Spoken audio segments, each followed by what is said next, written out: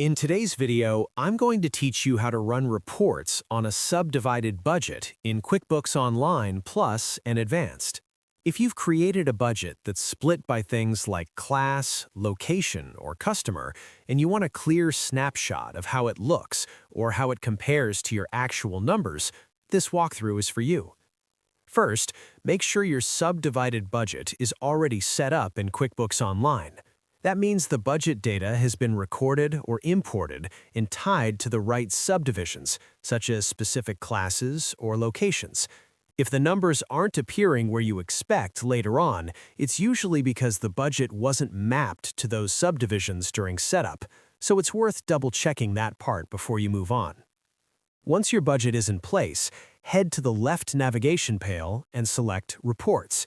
This is your central hub for all financial and management reports in QuickBooks Online.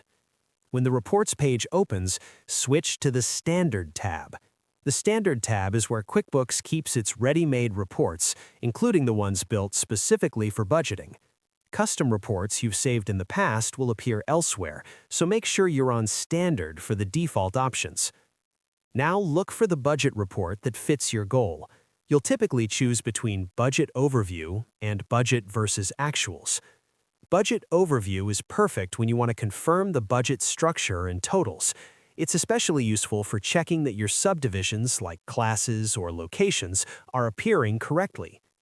Budget versus Actuals is what you'll use when comparing your planned numbers to real-world results to see variances, both in dollar amounts and percentages. Click the report you want, and at the top left, use the Budget dropdown to pick the exact budget you want to view. If you've created more than one budget, for example for different fiscal years or structures, be sure you select the correct one by name.